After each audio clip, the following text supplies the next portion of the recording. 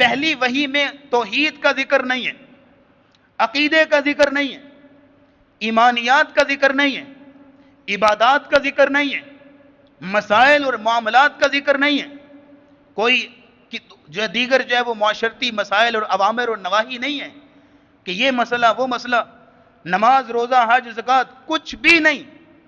پہلی وحی میں جو پہلا درس دیا گیا، پہلا پیغام دیا گیا وہ ہے اقرا، پڑھیے، پڑھنے کا حکم، اس لیے کہ دین اور شریعت کا آغاز ہونے لگا ہے، وحی کا آغاز ہو رہا ہے، لہذا شروع ہی میں پڑھنے کی تلقین کی جا رہی ہے، اس لیے کہ علم دین پڑھنے پڑھانے کا نام ہے، سیکھنے سکھانے کا نام ہے۔ اب یہاں لیکن ایک اور بات نوٹ کر لیجئے، اقرا پڑھنا تو ہے، لیکن اصول کیا ہوگا، پیٹرن کیا ہوگا جس کو فالو کرنا ہے، سلیبس کیا ہوگا، نصاب کیا ہوگا؟ کہاں اقرا پڑھیے بسم ربک، اپنے رب کے نام کے ساتھ پڑھنا ہے۔ کچھ بھی علم حاصل کرنا ہے تو اپنے رب کے نام کے ساتھ۔ کیوں؟ کیونکہ علم وہی ہوتا ہے جو رب سے جوڑے، علم وہی ہوتا ہے جو رب کے قریب کرے، علم وہی ہوتا ہے جو اللہ کا تقرب دلوائے، لیکن جو اللہ سے توڑے، رب سے دور کرے، وہ علم کے نام پہ جہالت ہو سکتی ہے، علم نہیں ہو سکتا۔ چاہے بڑی بڑی ڈگریاں ہوں، چاہے بڑے بڑے اسکالرشپ ہوں، چاہے بڑے بڑے نام ہوں، لیکن جو علم اللہ سے توڑ رہا ہو، اللہ سے دور کر رہا ہو، وہ علم نہیں ہوتا، وہ جہالت ہوتی ہے۔ وہ ڈیٹا ہو سکتا ہے، انفارمیشن ہو سکتی ہیں، معلومات ہو سکتی ہیں، جنرل نالج ہو سکتا ہے، اور اس کو نام دے دیجئے، لیکن علم وحی اس چیز کا نام ہے جو اللہ سے جوڑتا ہے۔ لہذا اسلامی علم، دینی علم، اسلامی تعلیم جو ہے وہ گاڈ اورینٹڈ ہوتا ہے کہ اللہ سے کے ساتھ اس کا تعلق جڑتا ہے۔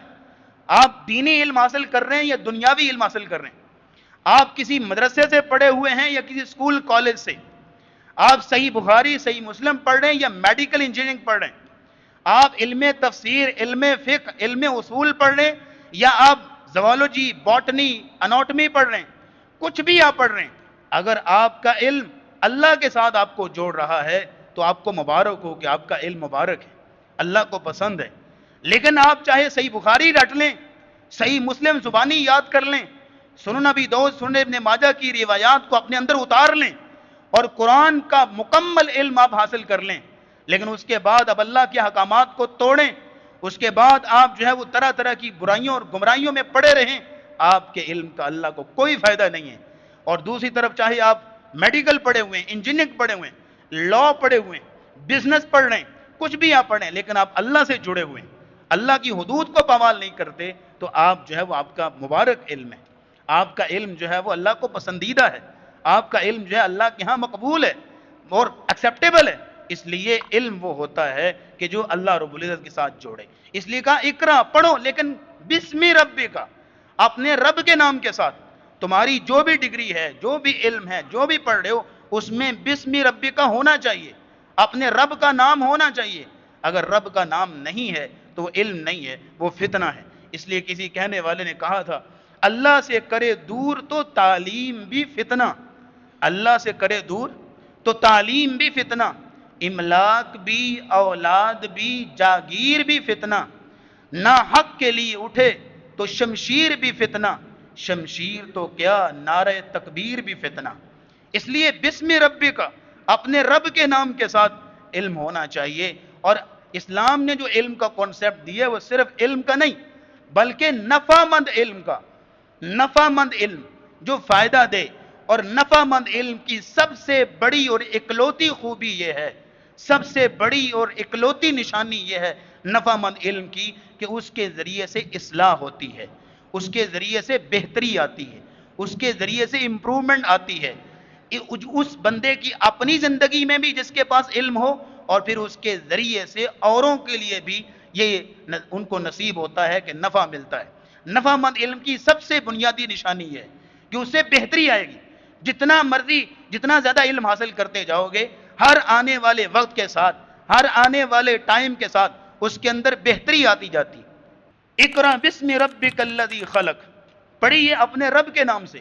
تو میں عرض کر رہا ہوں کہ نفع مند علم وہ ہوتا ہے جس کے اندر یہ خاصیت ہو کہ اس سے بہتری آتی ہے، اس کے اندر انسان کے اندر امپرومنٹ آتی ہے، ہر آنے والے وقت کے ساتھ اس کے اندر اچھائی اور بہتری آتی ہے۔ اور یاد رکھیے گا، انسان کی تین بڑی ضرورتیں ہیں، انسان کی تین بڑی ضرورتیں ہیں، اور ان تین بڑی ضرورتوں کو رسول اللہ نے ایک دعا کے اندر شامل کر دیا ہے، جو فجر کی نماز کے بعد پڑھنا ہوتی ہے۔ اللہم انا نسألک علما نافعا ورزقا طیبا وعملا متقبلا۔ اب دیکھیے، لیکن الفاظ کا چناؤ دیکھ لیں اور الفاظ کی ترتیب دیکھ لیں، سیکوینس چیک کریں ذرا۔ سب سے پہلے انسان کو علم کی ضرورت ہے، سمجھ بوجھ ہوگی تبھی تو کوئی قدم اٹھائے گا نا، تبھی پتہ چلے گا کچھ مسائل کا، پھر اب قدم اٹھائے گا میں نے کیا کرنا ہے۔ تو سب سے پہلے کس کی ضرورت ہے؟ علم کی، تو اس لیے پہلے علم کا نام لیا۔ اللہم انی اسألک علما نافعا، یا اللہ علم وہ دے جو نفع مند ہو، اور نفع مند علم کی ڈیفینیشن میں نے آپ کے سامنے رکھ دی ہے۔ جب علم آ گیا، سمجھ بوجھ آ گئی، پھر ظاہر ہے کہ روزی روٹی کے لیے بھی ہاتھ پلہ مارنا ہے، تو پھر اگلا لفظ بولا ورزقا طیبا، یا اللہ وہ رزق دے جو پاک ہو، حلال ہو، پاکیزہ ہو، حرام نہ ہو۔ اور پھر یہ ہے کہ جب رزق بھی آ گیا، روزی روٹی کا بندوبست بھی ہو گیا، ظاہر ہے کہ پھر عمل بھی کرنے ہیں، تو عمل کون سا؟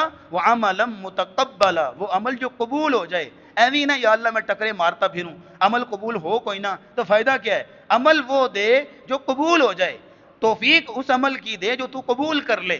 یہ تین چیزیں انسان کی سب سے بڑی بنیادی ضرورت ہیں، جس کو نبی اسلام نے اس دعا کے اندر شامل کر دی ہے جو فجر کی نماز کے بعد پڑھنا ہوتی ہے۔